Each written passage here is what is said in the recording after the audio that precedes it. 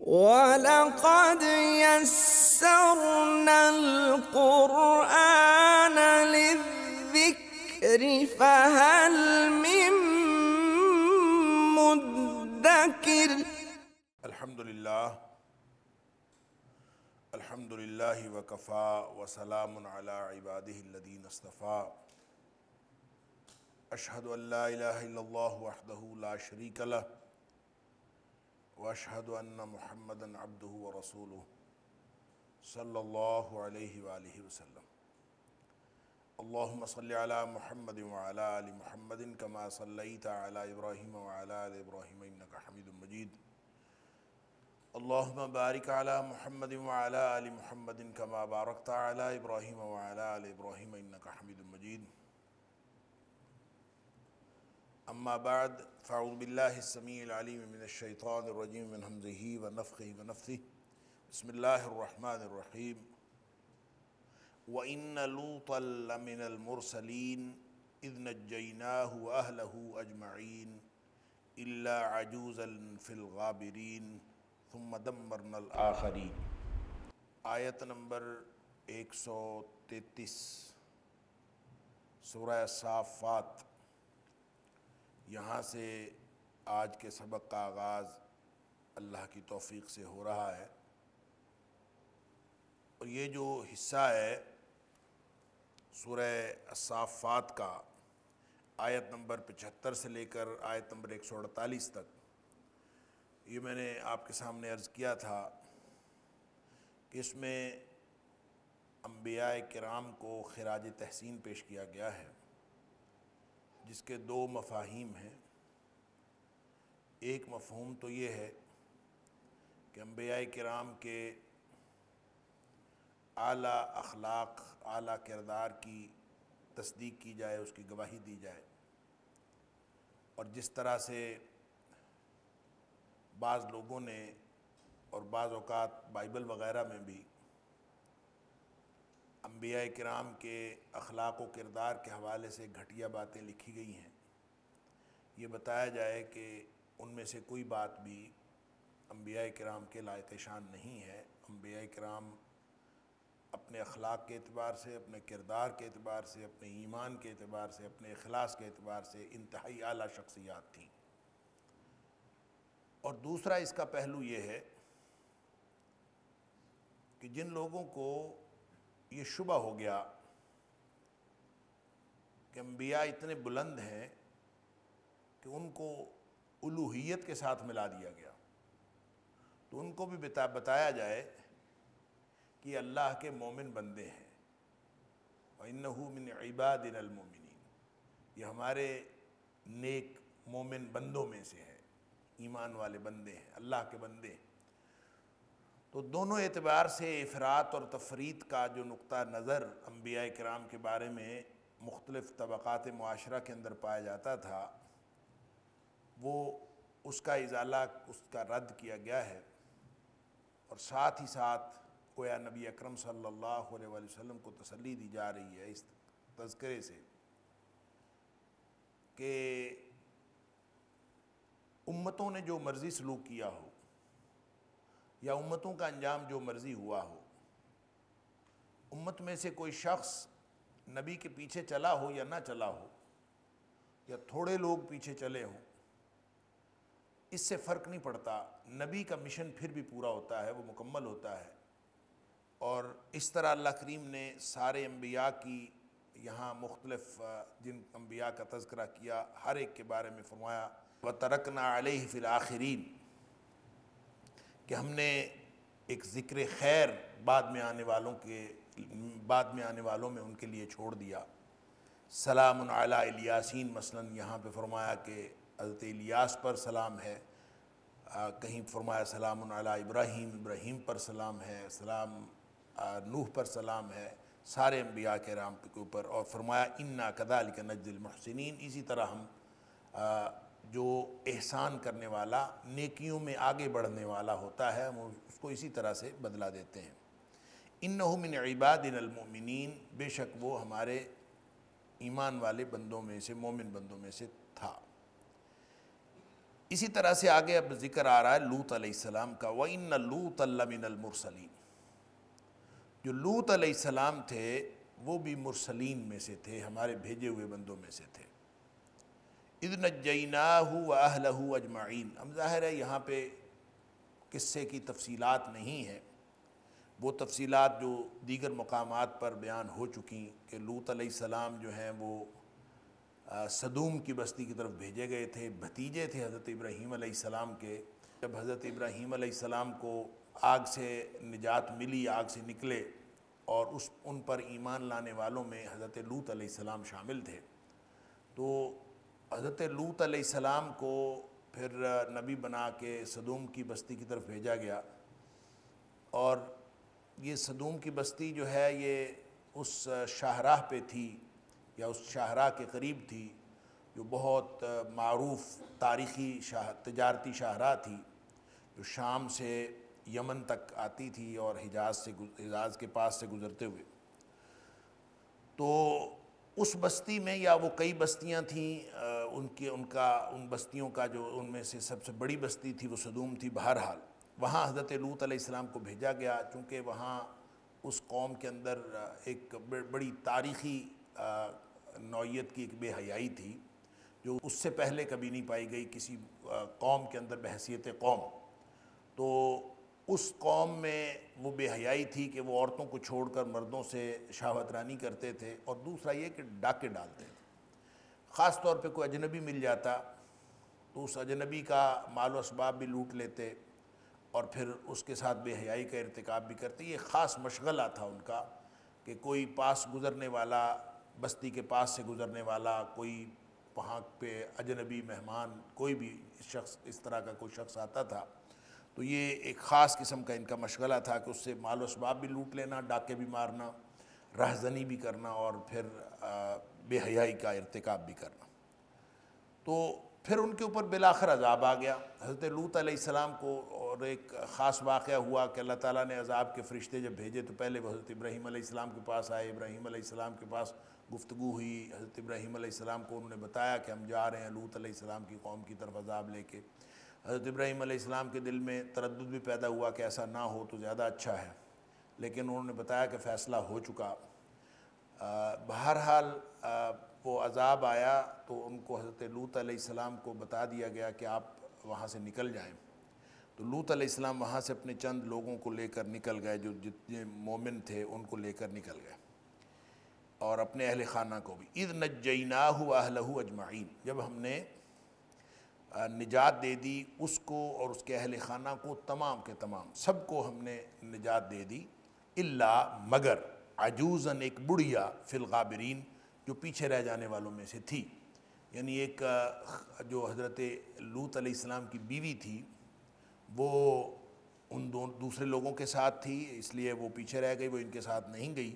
بالآخر ان کے اوپر عذاب آ گیا۔ ثم دمرنا الآخرین، پھر ہم نے دوسرے لوگوں کے اوپر جو ہے وہ عذاب نازل کر دیا۔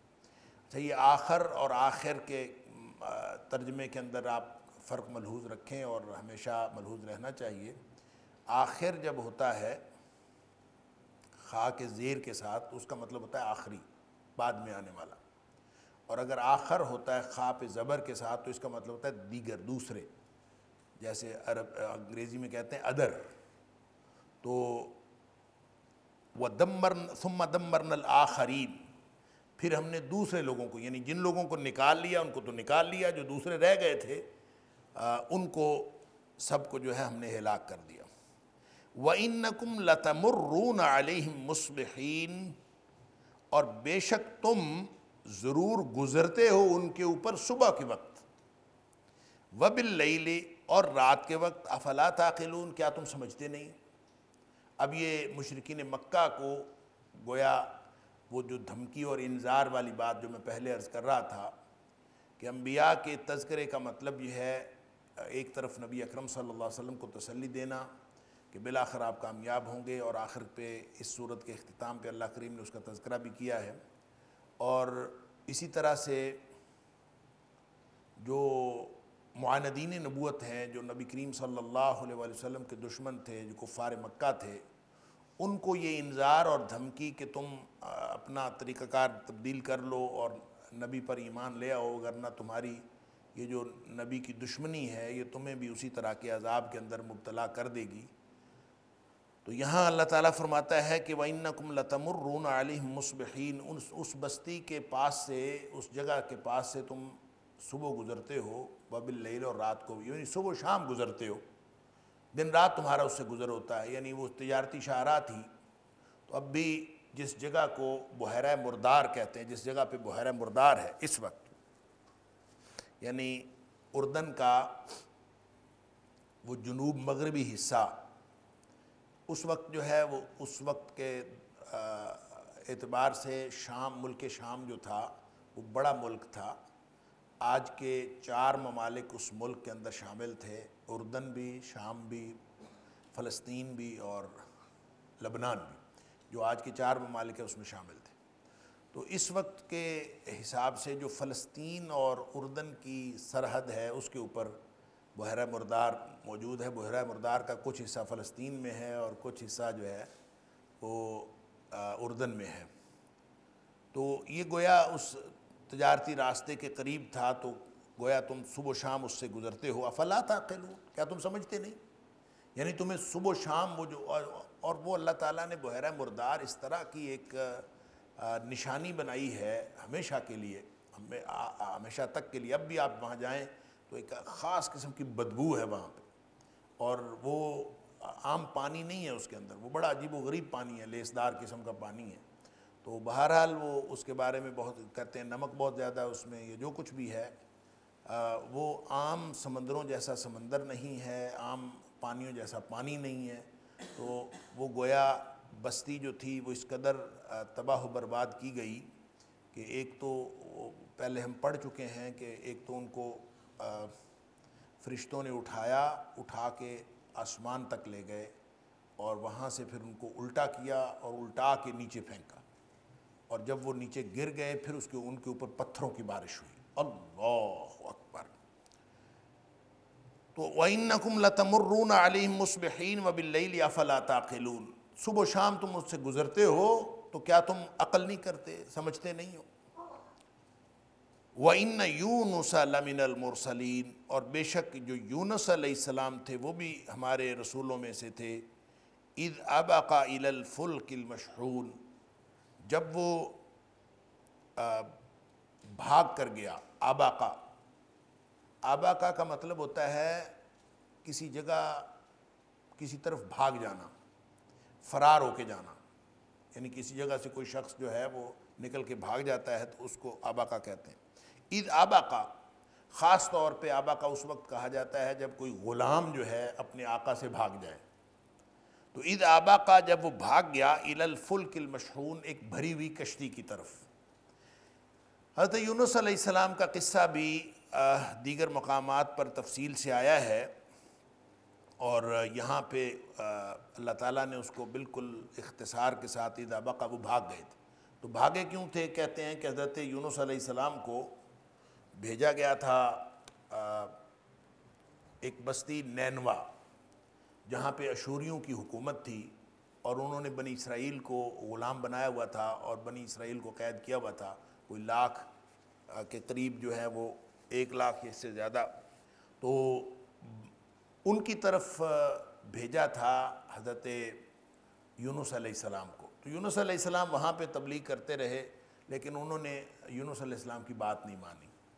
اس کی تفصیلات اللہ کریم نے کہیں ذکر نہیں کی، اور آپ کو معلوم ہے کہ قرآن کسی بھی قصے کو بطور قصے کے نہیں سناتا، کہانی کے طور پر قرآن کچھ بیان نہیں کرتا۔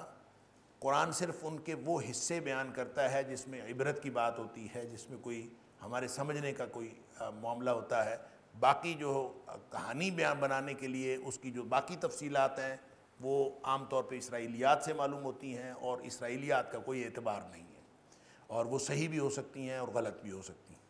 بہرحال حضرت یونس علیہ السلام نینوا شہر کی طرف گئے، اور اس کی جو مفسرین کرام نے ان کی تعلیمات، اس کی کہانی کا خلاصہ لکھا ہے، جو کہانی لکھی ہے اس کا خلاصہ یہی ہے۔ تو جب انہوں نے حضرت یونس علیہ السلام کی بات نہیں مانی تو یونس علیہ السلام وہاں سے چلے گئے. وَلَقَدْ يَسَّرْنَا الْقُرْآنَ لِلذِّكْرِ فَهَلْ مِن مُّدَّكِرٍ وَلَقَدْ يَسَّرْنَا الْقُرْآنَ لِلذِّكْرِ فَهَلْ مِن مُّدَّكِرٍ. اور یہ جو چلے گئے ہیں اس کے یہ بات تو کلیئر ہے کہ چلے گئے ہیں. قرآن کہہ رہا ہے کہ وہاں سے جو ہے اللہ کی اجازت کے بغیر چلے گئے تھے ذابقہ، تو وہ چلے گئے تھے. لیکن چلے کیوں گئے تھے اس کی تفصیلات کہیں نہیں ہیں، البتہ جو کوئی مستند تفصیلات نہیں ہیں. البتہ یہ تفصیلات ہیں کہ یونس علیہ السلام کو جو ہے وہ انہوں نے کہا تھا کہ اگر ہم تمہارے اوپر ایمان نہیں لائیں گے تو کیا ہوگا. تو یونس علیہ السلام نے کہا تمہارے اوپر عذاب آ جائے گا.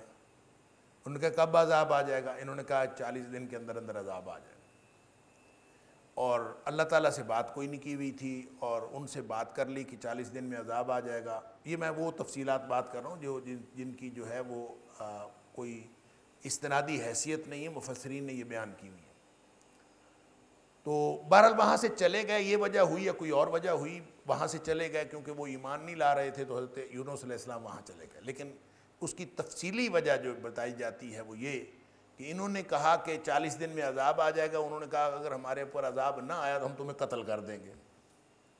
اب یونس علیہ السلام جو ہے اس کے بعد اللہ سے دعائیں کرنے لگے یا اللہ اس قوم پہ اوپر عذاب نازل کر دے. تو اللہ تعالیٰ نے کہا، اب یہ ساری باتیں اسرائیلیات کی ہیں، اس کا کوئی اعتبار نہیں ہے، ہو سکتا ہے صحیح، ہو سکتا ہے غلط.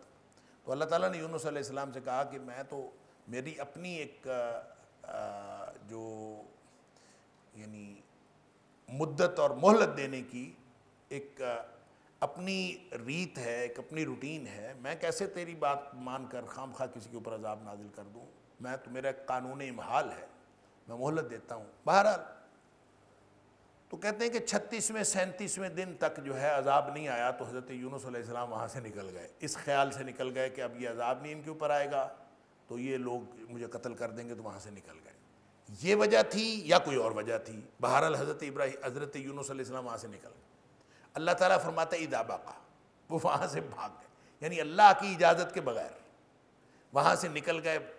اس لیے فرمایا اذا بقا الی الفلک المشحون، ایک بھری ہوئی کشتی. یعنی گئے راستے میں کوئی سمندر یا دریا پڑتا تھا تو وہاں ایک سامان سے بھری ہوئی کشتی تھی.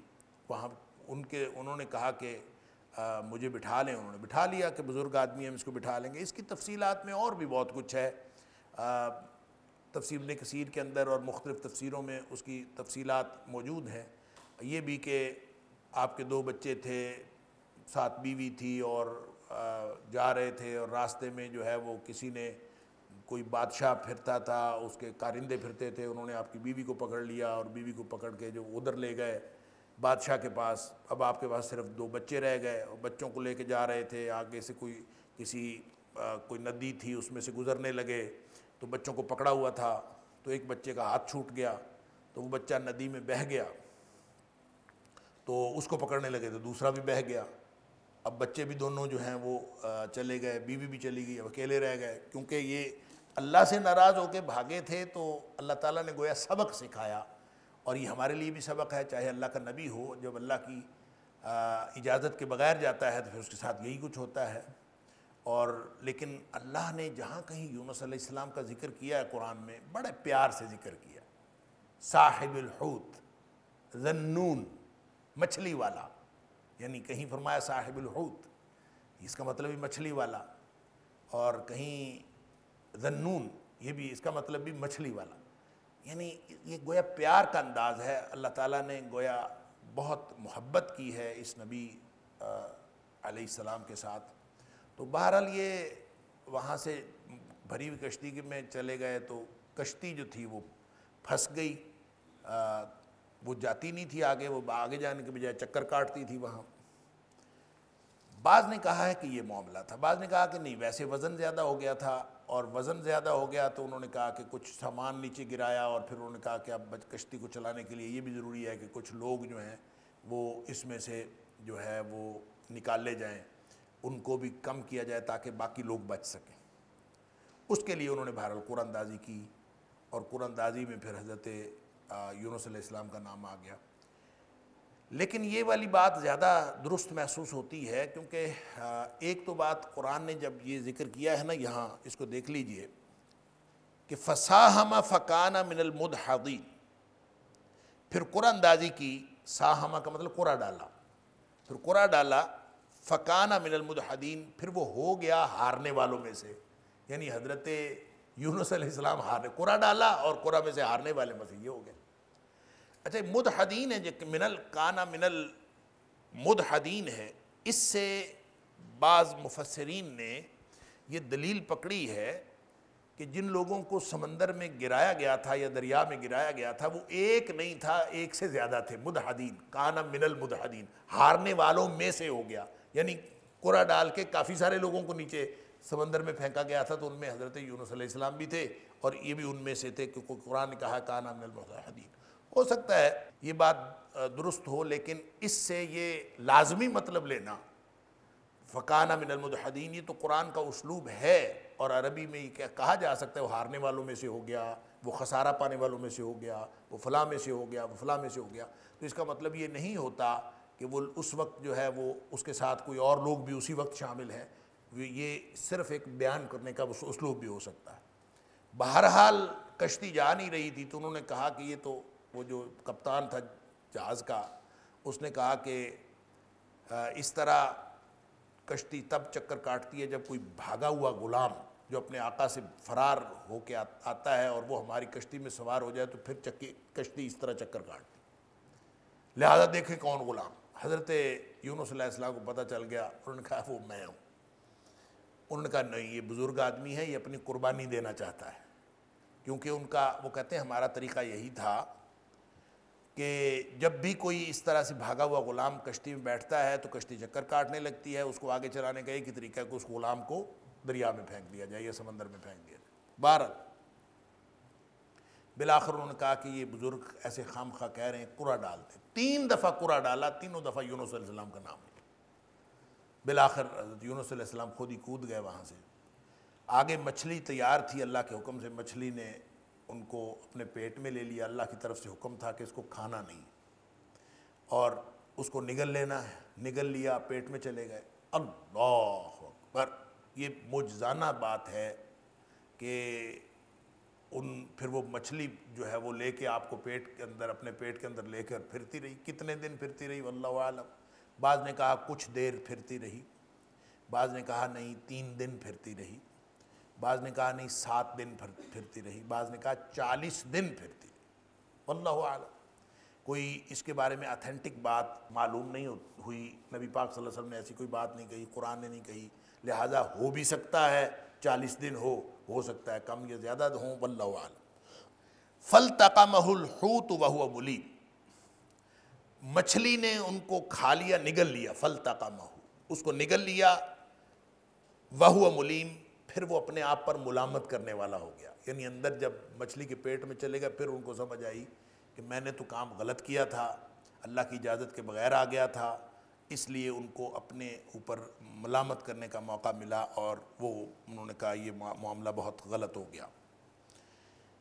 پھر وہاں پہ اللہ تعالیٰ فرماتا ہے فَلَوْلَا أَنَّهُ كَانَ مِنَ الْمُسَبِّحِينَ، پھر اگر ایسی بات نہ ہوتی، فَلَوْلَا، بس اگر ایسی بات نہ ہوتی، أَنَّهُ كَانَ مِنَ الْمُسَبِّحِينَ، بے شک وہ تھا تسبیح کرنے والوں میں سے۔ ایک ترجمہ، بس اگر ایسی بات نہ ہوتی کہ وہ ہو گیا تسبیح کرنے والوں میں سے۔ یہ 2 باتیں الگ الگ ہیں۔ اس کا ایک معنی یہ ہے کہ وہ پہلے سے ہی ہمیشہ اللہ کی تسبیح کرتے تھے، انہو کان من المسبحین، وہ ہمیشہ سے ہی اللہ کی تسبیح بیان کرتے تھے۔ تو جب کوئی شخص ہمیشہ ہی اللہ کی تسبیح بیان کرتا ہے، اللہ اکبر، تو پھر جب اس کو کوئی مصیبت آتی ہے نا، جب کوئی شخص ہمیشہ ہی اللہ کی تسبیح بیان کرتا ہے تو جب اس کو مصیبت آتی ہے تو پھر اللہ اس کا خیال رکھتا۔ حضرت ابن عباس رضی اللہ تعالیٰ عنہ کو نبی کریم صلی اللہ علیہ وسلم نے یہی بتائی تھی بات، یہی سمجھائی تھی، احفظ اللہ یحفظک، تو اللہ کو یاد رکھا کر، اللہ تجھے یاد رکھے۔ اللہ، احفظ اللہ، تو اللہ کو یاد رکھا کر، تجدہ امامک، تو اللہ کو اپنے سامنے پائے گا۔ یعنی کبھی کوئی ایسا نہیں ہوگا، کوئی موقع ایسا نہیں ہوگا کہ جس کو تو اپنے ہر حال میں یاد رکھتا ہے، وہ کبھی تمہیں اکیلا چھوڑ دے، یہ ہو نہیں سکتا۔ اسی حدیث میں آگے جا کے نبی کریم صلی اللہ علیہ وآلہ وسلم نے حضرت ابن عباس کو یہ بھی فرمایا، اللہ کو خوشحالی میں پہچان لیا کرو، یعنی اللہ سے تعارف رکھا کرو، اللہ سے جان پہچان رکھا کرو جب تم خوشحال ہوتے ہو، پھر رخا۔ اور اگر ایسا ہوگا تو یعرف کا فی الشدہ، تم اگر خوشحالی میں اللہ سے جان پہچان رکھو گے تو اللہ سختی میں تمہیں پہچان لے گا۔ سبحان اللہ۔ تو کان من المسبحین کا معنی یہ ہے کہ وہ تھے ہی تسبیح بیان کرنے والوں میں سے، کیونکہ وہ ہمیشہ تسبیح بیان کرتے تھے، تو اب مچھلی کے پیٹ میں پھنسے تھے تو اللہ نے ان کو اس شدت میں اکیلا نہیں چھوڑا۔ ایک تو بات یہ ہو سکتی ہے، لیکن کانا من المسبحین کا جو دوسرا معنی ہے کہ انہوں نے اس وقت تسبیح کی، اس وقت وہ تسبیح کرنا شروع کر دے۔ اور تسبیح کیا کی تھی؟ لا الہ الا انت سبحانک، سورہ انبیاء کے اندر آتا ہے، لا الہ الا انت سبحانک انی کنت من الظالمین۔ انہوں نے یہ زیادہ زیادہ پڑھا تھا، لا الہ الا انت سبحانک، نہیں ہے کوئی الہ تیرے علاوہ، سبحانک، تو پاک ہے، ہر قسم کے عیب اور نقص سے اللہ تو پاک ہے، انی کنت من الظالمین، ظالموں میں سے میں ہوں، میرا ہے اصل معاملہ، قصور سارا میرا ہے، تو پاک ہے ہر چیز سے، اور تیرے علاوہ کوئی الہ بھی نہیں، معبود بھی نہیں۔ اور یہ تسبیح انہوں نے کی، فلولا انہ کان من المسبحین۔ ذرا غور کیجئے، اللہ فرماتا ہے اگر یونس علیہ السلام تسبیح کرنے والوں میں سے نہ ہوتے، چاہے پہلے سے تسبیح کرنے والے تھے اور چاہے اس وقت تسبیح شروع کر دی، دونوں باتیں ہو سکتی ہے، دونوں باتوں میں سے کوئی بھی بات تھی، اگر تسبیح نہ کرتے، لَلَبِثَ فِي بَطْنِهِ إِلَى يَوْمِ يُبْعَثُونَ، تو یقیناً وہ پھر مچھلی کے پیٹ میں ہی رہتا، إِلَى يَوْمِ يُبْعَثُونَ، اس دن تک مچھلی کے پیٹ میں رہتا جس دن لوگ اٹھائے جائیں گے۔ گویا قیامت تک یونس علیہ السلام مچھلی کے پیٹ میں ہی رہتے اگر وہ اللہ کی تسبیح بیان نہ کرتے۔ اللہ اکبر۔ یہ نہیں کہا گیا کہ یونس علیہ السلام نے نکلنا نہیں تھا، یہ خراج تحسین پیش کیا گیا ہے کہ یونس علیہ السلام نے تسبیح بیان کی اور وہ تسبیح بیان کرنے والے تھے۔ جب وہ اللہ کی تسبیح بیان کرنے والے تھے تو یہ کیسے ممکن تھا کہ مچھلی کے پیٹ میں یونس علیہ السلام چلے گئے تھے، اللہ تعالیٰ ان کی حفاظت نہ فرماتا۔ حالات یہی ہیں کہ اگر کوئی شخص اللہ کی طرف رجوع نہیں کرتا تو پھر اس کے ساتھ کوئی بھی معاملہ جو ہے وہ ہمیشگی اختیار کر سکتا ہے، اور جو اللہ کی طرف رجوع کرتا ہے تو یہ کیسے ہو سکتا ہے کہ وہ ہمیشہ اس مصیبت کے اندر رہے۔ اسی لیے لا الہ الا انت سبحانک انی کنت من الظالمین کو عام طور پہ آیت کریمہ کہا جاتا ہے، اور یہ مصیبتوں سے نکلنے کا بہت بڑا وظیفہ ہے، کہ چونکہ حضرت یونس علیہ السلام یہ تسبیح کر کے یہ نکلے تھے، تو اس طرح کی کوئی بھی تسبیح کرنے سے اللہ تعالیٰ جو ہے مصیبتوں سے نجات دیتا ہے، اور خاص طور پر یہ تسبیح کرنے سے مصیبتوں سے یہ نسخہ ہاتھ آ گیا کہ اگر کوئی شخص تسبیح بیان کرے تو مصیبت جتنی مرضی بڑی ہو، اللہ خود فرما رہا ہے فلولا انہ کان من المسبحین، اگر وہ تسبیح کرنے والوں میں سے نہ ہوتا لَلَبِثَ فِي بَطْنِهِ إِلَى يَوْمِ يُبْعَثُونَ، تو قیامت تک وہ اس کے پیٹ میں پڑا رہتا۔ اللہ وَلَقَدْ يَسَّرْنَا الْقُرْآنَ لِلذِّكْرِ فَهَلْ مِن مُدَّكِرٍ وَلَقَدْ يَسَّرْنَا الْقُرْآنَ لِلذِّكْرِ فَهَلْ مِن مُدَّكِرٍ فَنَبَذْنَاهُ بِالْعَرَاءِ وَهُوَ سَقِيمٌ۔ اللہ تعالیٰ فرماتا ہے پھر ہم نے اس کو ڈال دیا، اس کو چھوڑ دیا، بالعراء، ایک چٹیل میدان میں، وَهُوَ سَقِيمٌ، اور وہ بیمار تھا۔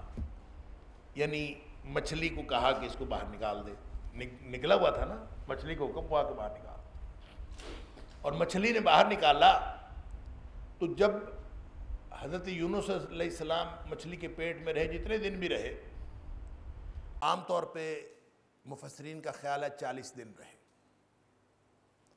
40 دن کوئی، پہلی تو بات یہ ہے کہ زندہ رہے، معجزانہ طور پر رہے، یہ خارق عادت واقعہ ہے، معجزہ ہے کہ اس کے پیٹ کے اندر زندہ رہے، اور یہ اللہ تعالیٰ نے معجزہ دکھانا تھا۔ اور پھر جب نکلے تو ان کی جو سکن ہے ساری، وہ اس طرح سے ہو چکی تھی بالکل جیسے چڑیا کا چوزا پیدا ہوتا ہے تو انڈے سے نکلنے کے بعد جو پہلی اس کی سکن ہوتی ہے وہ اس قدر نرم سافٹ ہوتی ہے، اور حضرت یونس علیہ السلام کی سکن بھی اس طرح سے ہو چکی تھی۔ اللہ تعالیٰ فرماتا ہے بیمار تھا، یعنی انتہائی کمزور، فہو سقیم۔ چٹیل میدان میں اللہ تعالیٰ نے اس کو، مچھلی کو کہا، اس نے باہر پھینک دیا، چٹیل میدان تھا۔ اس میدان میں اب حالات یہ تھے کہ ذرا سی ہوا لگ جاتی نا تو ہو سکتا ہے یونس علیہ السلام کی موت واقع ہو جاتی، یعنی اس قدر نازک سکن ہوئی پڑی تھی۔ تو جیسے چڑیا کا بوٹ ہوتا ہے تو باہر یعنی نکل کے، تو اس وقت اس کی بالکل کیفیت ایسی تھی۔ تو اس وقت اللہ تعالیٰ نے پھر ایک اور ان کے اوپر نعمت فرمائی، وَأَنبَتْنَا عَلَيْهِ شَجَرَةً مِّن يَقْطِين، ہم نے اس کے اوپر ایک بیلدار پودا اگا دیا۔ بیلدار، یقطین کہتے ہیں بیل والا، ایسا پودا جس کا تنا کوئی نہیں ہوتا، بیل ہوتی ہے بس۔ تو عام طور پہ کہتے ہیں کدو کی بیل تھی، جو حضرت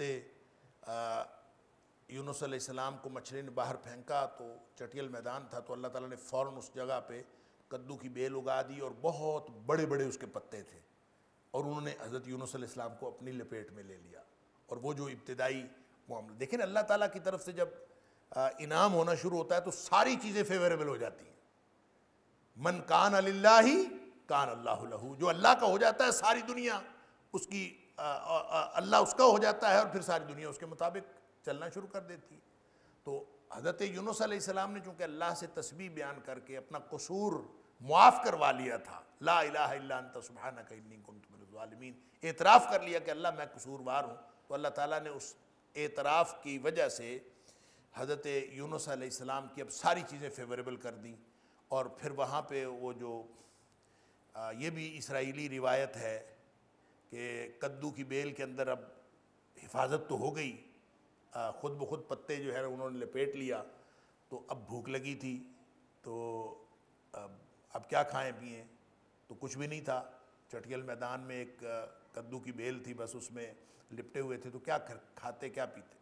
اللہ کہتے ہیں، یہ اسرائیلی روایات میں ہے کہ ایک گائے کو اللہ نے حکم دیا کہ تو جا کے میرے بندے کو دودھ پلایا، تو ایک گائے آتی تھی، وہ آ کے حضرت یونس علیہ السلام کے پاس کھڑی ہو جاتی تھی، آپ کو دودھ پلاتی تھی اور دودھ پلا کے چلی جاتی۔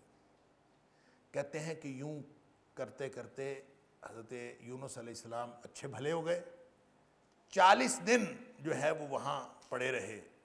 یہ جو میں کہانی سنا رہا ہوں، اس کہانی کا تعلق اسرائیلی روایات سے میں پہلے عرض کر رہا ہوں، مستند بات وہی ہے جو قرآن میں ہے، جو نبی پاک صلی اللہ علیہ وسلم فرمایا، بس اس کے علاوہ یہ جو تفصیلات ہیں یہ مستند نہیں ہے، لیکن کہانی اس طرح سے بن سکتی ہے، ہو سکتا ہے یہ باتیں درست ہوں۔ اور اسی طرح سے اسرائیلی روایات کے بارے میں یہی نقطہ نظر رکھنا چاہیے کہ نہ ہم ان کی تصدیق کرتے ہیں اور نہ ہی ہم ان کی تردید کرتے ہیں، الا یہ کہ قرآن یا نبی پاک صلی اللہ علیہ وسلم کی حدیث میں اس کی تردید ہو جائے یا تائید ہو جائے تو قابل اعتبار نہیں ہوتی۔ تو بہرحال وہ 40 دن کہتے ہیں گائے نے دودھ پلایا، اور جب 41واں دن ہوا نا تو وہ گائے نہیں آئی۔ گائے نہیں آئی تو حضرت یونس علیہ السلام نے اللہ تعالیٰ سے دعا کی، یا اللہ آج گائے نہیں آئی۔ تو اللہ تعالیٰ نے پوچھا کیوں، کیا مسئلہ ہے؟ تو کہتے ہیں مجھے 40 دن ہو گئے دودھ پیتے، اب 41واں دن ہے دودھ پینا ہے، گائے نہیں آئی، عادت پڑ گئی ہے نا۔ تو اللہ تعالیٰ نے فرمایا کہ مجھے ہمیشہ سے رحم کرنے کی عادت ہے، تو مجھے کیسے کہتا تھا عذاب دے دے اس قوم کے اوپر، یعنی سمجھایا حضرت یونس علیہ السلام۔ بہرحال اس کے بعد حکم ہوا کہ یہاں سے نکلو، نکل کے وہاں آئے، اور روایات میں آتا ہے کہ وہ جن لوگوں نے یہ لکھا ہے کہ بیوی اور بچے گم ہو گئے تھے، انہوں نے یہ لکھا ہے کہ جب یہ واپس آئے تو راستے میں اسی جگہ ایک جگہ رش دیکھا، اور رش میں پتہ چلا کہ جناب وہ 2 بچے پکڑ کے وہ دھوبی جو ہے کھڑے ہوئے ہیں، اور وہ کہتے ہیں کہ روز ہم دیکھتے ہیں کہ اس کا کوئی والی وارث آ جائے تو والی وارث نہیں مل رہا، تو بچے اللہ تعالیٰ نے انہوں نے دیکھا تو ان کے بچے تھے، وہ بچے واپس مل گئے۔ پھر اسی طرح جو کسی سردار نے یا بادشاہ نے جنہوں نے ان کی بیوی جو ہے وہ پکڑ لی تھی، اس کے کارندے ڈھونڈتے پھر رہے تھے، وہ کہتے تھے جس دن سے وہ خاتون پکڑی ہوئی ہے بادشاہ کے پیٹ کا درد ہی ختم نہیں ہو رہا اور بادشاہ کو بیماری پڑی ہوئی ہے، تو وہ کہتے ہیں ڈھونڈ کے لاؤ، وہ کوئی اللہ کا بندہ تھا۔ تو انہوں نے حضرت یونس علیہ السلام کو سے معافی بھی مانگی اور بیوی واپس کر دی، یوں سب کچھ واپس آ گیا، اور پھر اللہ نے حکم دیا کہ واپس اسی بستی میں چلا جائے۔ اب یہ درمیان والی جو تفصیلات ہیں میں نے عرض کیا یہ مفسرین نے لکھی ہیں، اور قرآن یہ بتاتا ہے وَأَرْسَلْنَاهُ إِلَىٰ مِئَةِ أَلْفٍ أَوْ يَزِيدُونَ، پھر ہم نے اس کو بھیج دیا اسی 1,00,000 کی طرف، یا پھر وہ اس سے زیادہ تھے، وہ جو جس بستی سے گویا آئے تھے، جس بستی سے نکلے تھے نینوا نامی بستی سے، اسی طرف بھیج دیا یونس علیہ السلام کو۔ اور نبی کریم صلی اللہ علیہ وآلہ وسلم نے یونس علیہ السلام کا ذکر کیا ہے، سبحان اللہ۔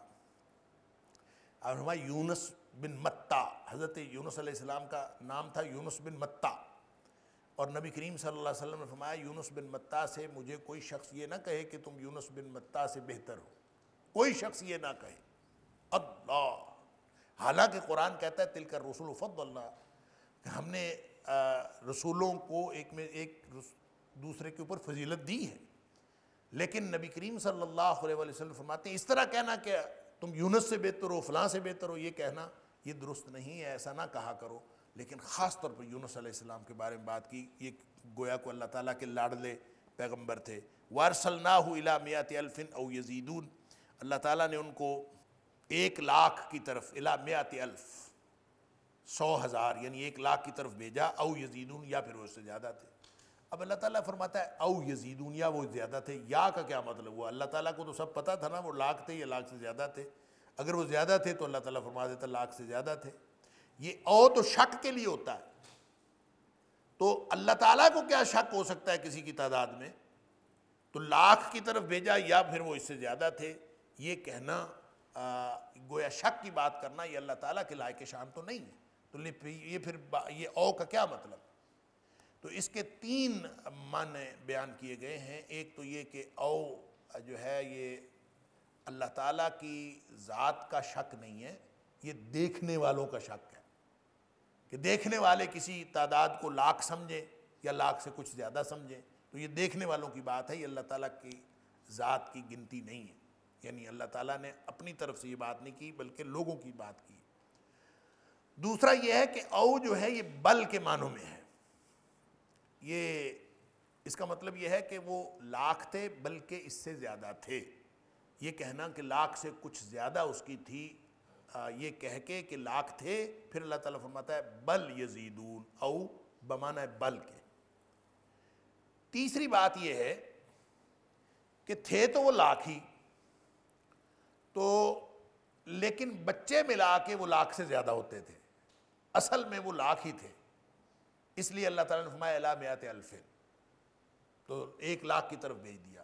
او یزیدون جو اللہ تعالیٰ نے فرمایا ہے یہ اصل میں ان کے بچوں کو ملا کے وہ زیادہ تھے، لہٰذا کوئی گننے والا، گنتی کرنے والا، کوئی تاریخ کا مورخ، وہ کوئی تاریخ لکھنے والا وہ کہہ سکتا تھا کہ جب اللہ فرما رہا ہے کہ مِئَةِ أَلْفٍ کہ میں نے 1,00,000 کی طرف بھیجا، تو ہم کسی اور سورس سے دیکھتے ہیں کہ وہ 1,00,000 تو نہیں تھے، وہ 1,00,000 سے زیادہ تھے، تو اللہ کریم نے اس لیے فرمایا او یزیدون، لوگ اپنی گنتی میں ان کو زیادہ گن سکتے ہیں کیونکہ ان کے بچوں کو شامل کر کے وہ تھے ہی زیادہ۔ تو اصل میں جو مکلف ہوتے ہیں وہ 1,00,000 ہی تھے، اور باقی بچے تھے وہ شامل کر کے ان کی تعداد جو ہے وہ زیادہ تھی۔ فَآمَنُوا فَمَتَّعْنَاهُمْ إِلَىٰ حِينٍ، پس وہ سارے ایمان لے آئے۔ اب یہ ایمان حضرت یونس علیہ السلام کے جانے کے بعد وہ ایمان لا چکے تھے، سورہ یونس کے اندر اس کا ذکر ہو چکا کہ وہ جب حضرت یونس علیہ السلام وہاں سے نکل گئے تو ان کے اوپر کہتے ہیں عذاب آ گیا۔ عذاب کیا آیا کہ دھواں ہر طرف پھیل گیا، دھوئیں کا عذاب، ہر طرف جدھر جاتے تھے دھواں ہی دھواں، کوئی چیز نظر نہیں آتی تھی، کانوں میں، ناک میں، ہر چیز میں، منہ میں دھواں گھستا جا رہا، شدید پریشان ہوئے۔ پھر وہ ڈھونڈے حضرت یونس علیہ السلام کو، یونس علیہ السلام ملے نا، وہ تو نکل گئے تھے، تو ان کو سمجھ نہ آئے کہ کیا کریں۔ پھر انہوں نے سوچا کہ ہم یوں کرتے ہیں کہ ہم سارے باہر نکلتے ہیں اور باہر نکل کے کھلے میدان میں اکٹھے ہو جائیں۔ اب یہ ان کو کسی نے کوئی طریقہ نہیں بتایا، ان کو یہ پتا ہے کہ اب ہم نے حضرت یونس علیہ السلام نے جس رب کا تعارف کروایا تھا، رب العالمین کا، ہم اس رب کے سامنے عاجزی کریں اور گڑ گڑائیں تو ہمارا عذاب ختم ہو سکتا ہے۔ اس تصور کے تحت وہ سارے لوگ باہر نکلے، اور بعض مفسرین نے لکھا ہے کہ انہوں نے یہ طے کیا تھا کہ ننگے پاؤں اور ننگے سر، سارے لوگ ننگے پاؤں اور ننگے سر نکلے، گویا انہوں نے اس کو عاجزی کی علامت سمجھا کہ ننگے پاؤں اور ننگے سر آئیں، اور وہ وہاں کے پہ کھڑے ہو کے انہوں نے اللہ سے دعائیں کی اور ان کا عذاب ٹل گیا۔ اور اللہ کریم نے سورہ یونس میں فرمایا ہے کہ تاریخ انسانی میں کوئی قوم ایسی نہیں گزری جن پر آیا ہوا عذاب ٹل گیا ہو۔ آیا ہوا عذاب کبھی نہیں ٹلتا، جب ایک دفعہ عذاب آ جاتا ہے تو پھر وہ دعاؤں سے نہیں ٹلتا۔ یہ واحد مثال ہے کہ یونس علیہ السلام کی قوم کے اوپر اللہ نے آیا ہوا عذاب ٹال دیا، اور اس کے علاوہ کوئی مثال ایسی نہیں ہے کہ کسی قوم کے اوپر عذاب آ جائے اس کے بعد وہ دعائیں کرے۔ اور نبی کریم صلی اللہ علیہ وآلہ وسلم نے ہمارے لیے بھی یہ بات ارشاد فرمائی ہے، جہاں فرمایا مختلف حدیث کے اندر نبی پاک صلی اللہ علیہ وسلم نے فرمایا کہ جب تمہیں لازماً نیکی کا حکم دینا پڑے گا، تمہیں لازماً جو ہے برائی سے منع کرنا پڑے گا، لَتَأْمُرُنَّ بِالْمَعْرُوفِ وَلَتَنْهَوْنَ عَنِ الْمُنْكَرِ، لازماً تمہیں نیکی کا حکم دینا پڑے گا، لازماً تمہیں برائی سے منع کرنے پڑے گا، نہیں تو پھر تمہارے اوپر اللہ کی طرف سے عذاب آ جائے۔ اللہ اکبر، عقاب منہ، ہو سکتا ہے اللہ تعالیٰ تمہارے اوپر اپنی طرف سے کوئی عذاب نازل کر دے۔ جب وہ عذاب نازل کر دے تو پھر پتہ کیا ہوگا؟ ثم تدعونہ فلا یستجاب لکم، پھر تم اللہ سے دعائیں کرو گے، پھر دعائیں کوئی نہیں سنی جاتی۔ عذاب جب آ جاتا ہے پھر دعائیں کوئی نہیں سنی جاتی۔ ہمارے لیے بھی یہی قانون ہے، امت محمدیہ صلی اللہ علیہ وآلہ وسلم کے بھی یہی قانون ہے، اور پہلے بھی یہی قانون ہوتا تھا۔ یہ تاریخ کی واحد مثال ہے کہ جن لوگوں نے، جو حضرت یونس علیہ السلام کی قوم تھی، انہوں نے اللہ تعالیٰ کے سامنے گڑ گڑا کے عاجزی کر کے جب عذاب سے نجات مانگی تو اللہ تعالیٰ نے ان کو نجات عطا فرما دی۔ اللہ، تو اللہ تعالیٰ فرماتا ہے فآمنوا، پھر ہم نے ان کو پھر وہ ایمان لے آئے، فمتعناہم الی حین، پھر ہم نے ان کو فائدہ دیا ایک وقت تک، فمتعناہم، ہم نے ان کو فائدہ دیا ایک وقت تک۔ اس کا مطلب یہ ہے کہ عذاب سے سارے کے سارے اکٹھے ہلاک نہیں ہوئے، بلکہ اللہ تعالیٰ نے ان کو مہلت دے دی۔ اب جب کسی کی جو ہے وہ موت آئے گی اپنے اپنے وقت پر، انفرادی طور پر جب وہ فوت ہوں گے، اس وقت تک کے لیے ان کو سب کو مہلت مل گئی، کیونکہ وہ ایمان لے آئے تھے۔ إن هذا القرآن يهدي للتي هي أقوم ويبشر المؤمنين الذين يعملون الصالحات أن لهم أجرا كبيرا